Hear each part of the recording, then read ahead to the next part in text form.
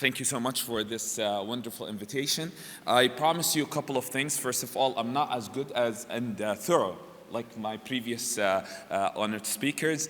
And two, I really suck in presentations, so I promise you that hopefully my talk will be more interesting than looking at the slides. So that's what I'm gonna try to do. And finally, I need to catch my flight in 20 minutes, so I'm gonna do it. So let's start. So this is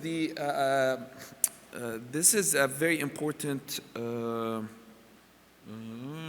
yeah.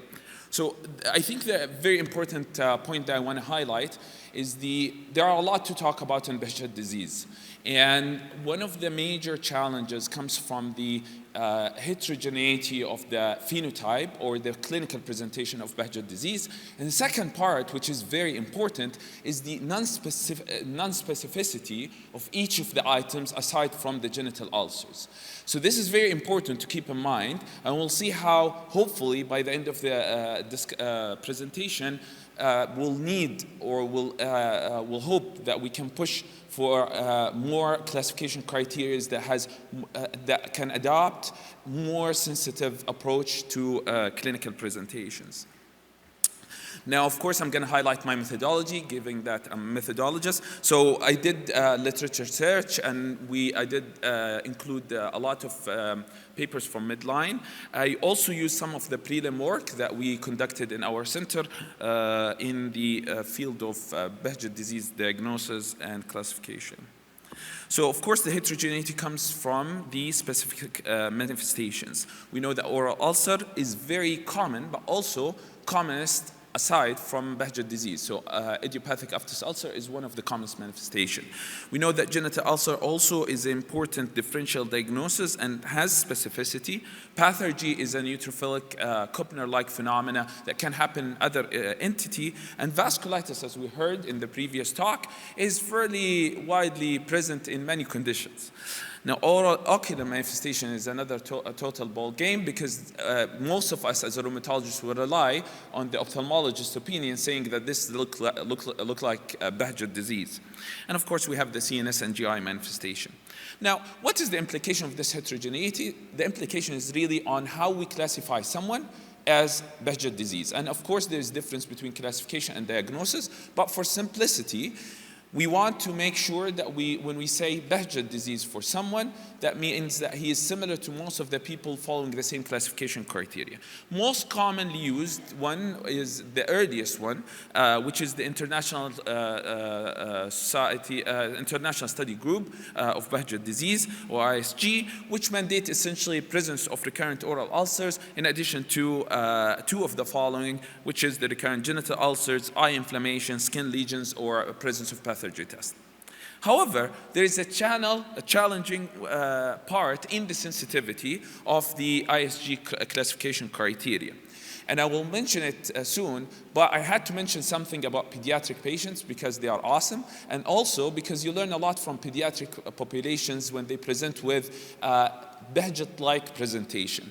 With the consensus classification of pediatric Behcet disease, they made their life easy. Essentially, everything counts with 1 point, and the presence of oral ulcer, genital ulcer, skin, or ocular, neurological, or vascular manifestation also gets 1 point. Scoring 3 out of 6 will classify the patient with Behcet disease condition on ruling out secondary cause.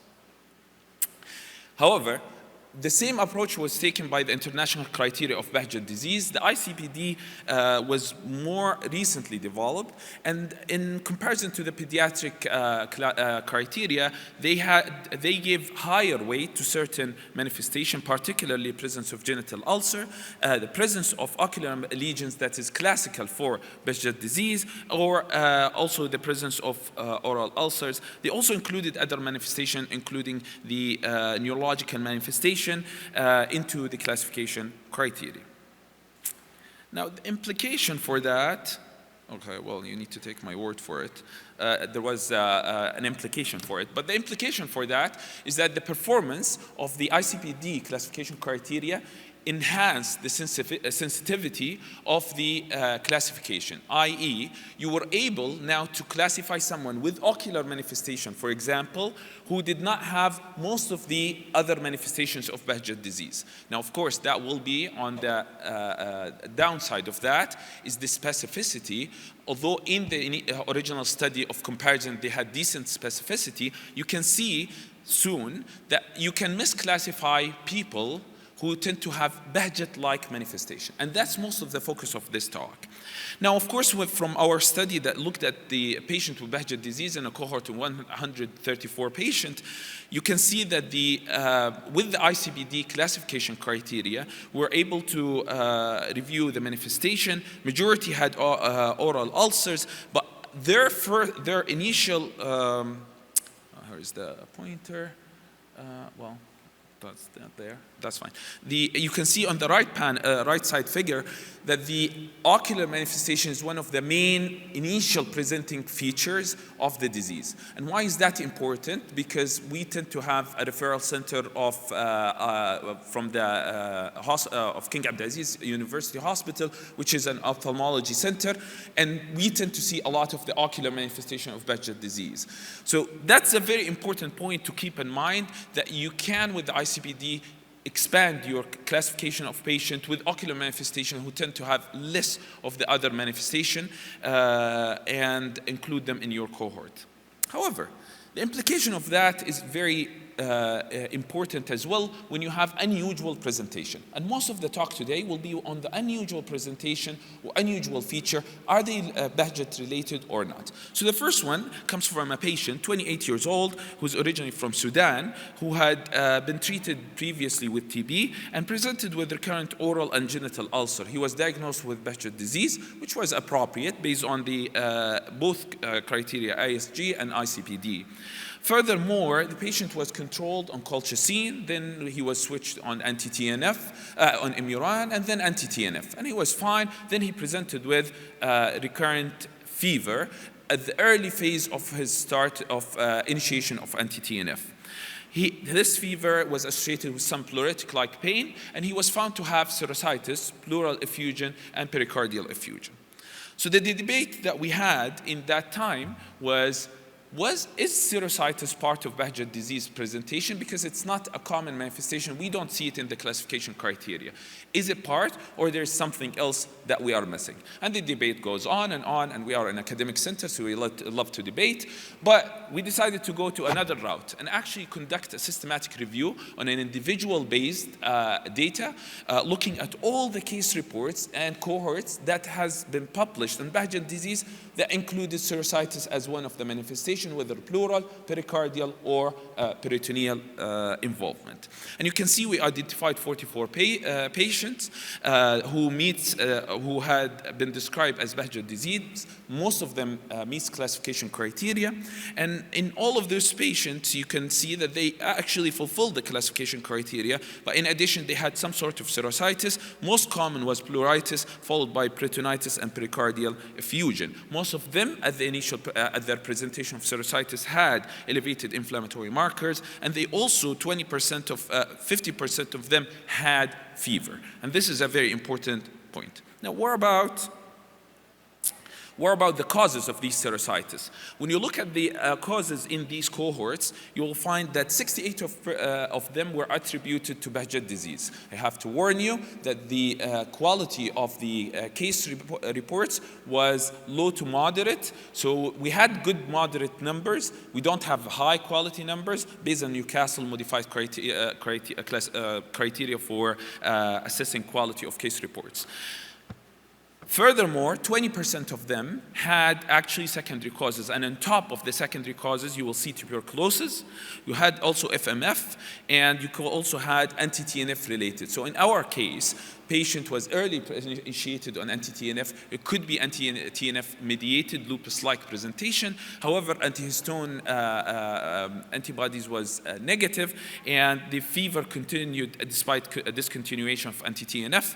We also did our due diligence and sent for blood workup and samples from the fluid, and it turns out that the patient had recurrence of his TB as a reason of his presentation. That being said, still 60% of patients in these case reports, systematic review, was found to be Behcet related. Why this is important? Because the third question that you will ask yourself, what is the outcome of those patients? And in almost 9 to 10% of the patient, mortality was present. So this is a very serious mortality rate in a group of people who present with Behcet disease and serositis. That could be related to the delay of diagnosis or the inability to recognize secondary causes. And this is very important. Now, of course, 15% had recurrence, and some of them after the treatment has flare-up, but the majority responded well to the treatment of the underlying etiology based on the graph I mentioned. So now with serositis, we can recognize that some unusual presentation can happen even if they are not in classification criteria. Second question is, so do we have a role for familial type of Behcet disease? Does the family history matters? Do we need to ask a patient? Now, of course, we need to ask a patient. But you can see that in the previous reports of Behcet disease, international large cohorts did not show significant association between family history and diagnosis of Behcet disease. To replicate that in our cohort, you can see that the presence of family history was not significant in most of the patients. And that's reassuring. Why is that? Because when you have patient with Behcet disease, you will ask and strong family history, you will ask yourself two questions. First of all, is that Behcet disease or Behcet mimicker? And two, would that respond to usual treatment? You can see in this table that the presence of family history did not defer the response to advanced treatment like anti-TNF. So do we have a familial type of Behcet disease?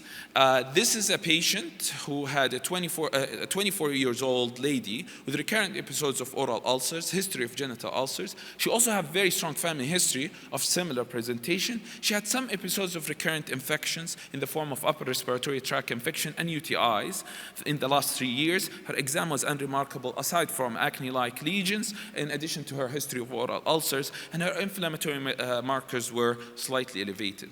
So what are we dealing with? To make the story short, we have a couple of conditions that can present with a strong family, with a Behcet-like presentation and strong family history. One of them is recently described haplotype insufficiency of 820 enzyme. This enzyme is involved in the degradation of ubiquitin protein that is attached to molecules down the stream of the TNF stimulation, and it's considered part of the NF-kappa B immune dysregulations. The results of the enzyme defects essentially an increase in NF-kappa B signaling, and as a result increase on the IL-1 and the TNF release. Patients tend to present early in childhood, and of course I'm not gonna take the discussion on a pediatric case in the presence of the wonderful, astonishing, and well-known speakers here in the audience. But the most important part that those patients tend to have a history of recurrent infection sometimes. They can have a positive serology, including double-stranded DNA, and including low complements as well. They have the features of Behcet disease, but more importantly as well, you will see that they tend to have very strong family history. They also can be inherited as an autosomal dominant disease. So that patient was sent for whole exome sequencing, and she was found to have a haplotype A20 insufficiency. Now, the other form that I want to highlight in terms of the history of familial familial Behcet disease, or in unusual presentation in presence of lymphadenopathy. So a 30-year-old lady from Yemen who lives in Qasim, I'm not sure why I mentioned she lives in Qasim, but we love Qasman. And essentially, she had a history of recurrent episodes of fever, lymphadenopathy, oral ulcers, and skin rash. Skin rash was acne-like rash, and she had also inflammatory arthralgia or question mark arthritis, because I did not see it when it was swollen in the past. She had these episodes recur with fever and lymphadenopathy, and she also had some tonsillar enlargement. And the biopsy showed non-specific non-granulomatous, non-specific inflammatory changes that was suggestive of reactive features. Her other secondary screening for infection and other etiology were all negative. So the question is that Behcet? And she was labeled with Behcet disease. Now, of course, the presence of lymphadenopathy can happen with Behcet, but it's not classical. And her story goes back to early teenager time. And these episodes of fever and lymphadenopathy was also associated with some elevated inflammatory marker and enlargement of the tonsils on physical exam. All of these can fit something called BAF syndrome, so periodic fever after stomatitis, pharyngitis, cervical lymphadenopathy, and these patients, if you look at the Eurofever classification criteria, they are considered one of the recurrent autoinflammatory conditions. They tend to have, in the criteria, you need 7 out of 8 to classify the patient, and you can see that the mimicry with the Behcet disease is high. But the key part is the presence of lymphadenopathy, tonsillar enlargement, in addition to oral stomatitis and arthritis. This should prompt us thinking of BAF syndrome. Patient did well, responded well to Imuran, and she is happily ever after. Now, in addition to that, further studies was looking for the monogenic type of, looking for the familial history of Behcet disease from a genetic perspective. So this is a very nice study that was published on young individual who present with Behcet-like presentation and has been sequenced and was found to have monogenic forms. Monogenic form in Behcet disease, in addition to, as I mentioned, haplotype insufficiency, which is important, is the presence of TNF alpha induced protein or regulator protein mutations, and these are very important in the presence of their defect. The release of TNF will be increased, or the activation of TNF will be increased and uncontrolled. And this is very important to keep in mind, because those patients will likely respond very well to anti-TNF rather than the other agents of Behcet disease. Finally, and this is very unique because I'm also part of the international group that looking into those patients, presence of hematological abnormalities. So many occasions, patients with skin rash, oral ulcers, and joint pain might have significant hematological abnormality in the form of cytopenias. Anemia is major one, macrocytic anemia, in addition to other white cells lineage drop. And this is very important because many of those patients may have other inflammatory conditions like relapsing polychondritis-like presentation, polyarthritis-like presentation, or skin rash or vasculitis, skin manifestations that we tend to have with the T helper 1 pathway, SPA, Behcet-like, which is include erythema nodosum, Sweet syndrome, so all the neutrophilic infiltrative dermatological manifestation. Now, of course, this condition is called Behcet, and Behcet syndrome is a recently recognized or more recognized condition that is characterized by vacuoles in the bone marrow associated with mutation in E1 enzyme, which is enzyme important for the degradation of ubiquitin protein. These are coded on X-linked, so that's the X in Behcet, and they are associated with autoinflammatory, so fever episodes, and they are somatic in mutation. That means that they can be acquired throughout life. So many of those patients can be in their midlife or later in life. And of course, there are huge efforts worldwide to recognize those patients. IDA network is an international network that I was fortunate to be invited to join by Prof. Almaghlouth. And there is the protocol of BAFA was published, and they are currently collecting and recruiting patients. So we welcome everyone who has some patients to send the patient to our cohort. In summary, I'm finishing on time. I love myself. In summary, it's very important to recognize different presentation of Behcet-like mimickers. Behcet is an important diagnosis, but presence of unusual manifestation require you to think about secondary etiologies. Present serositis, lymphadenopathy, very strong family history. All these things are not usual, so just think about secondary causes.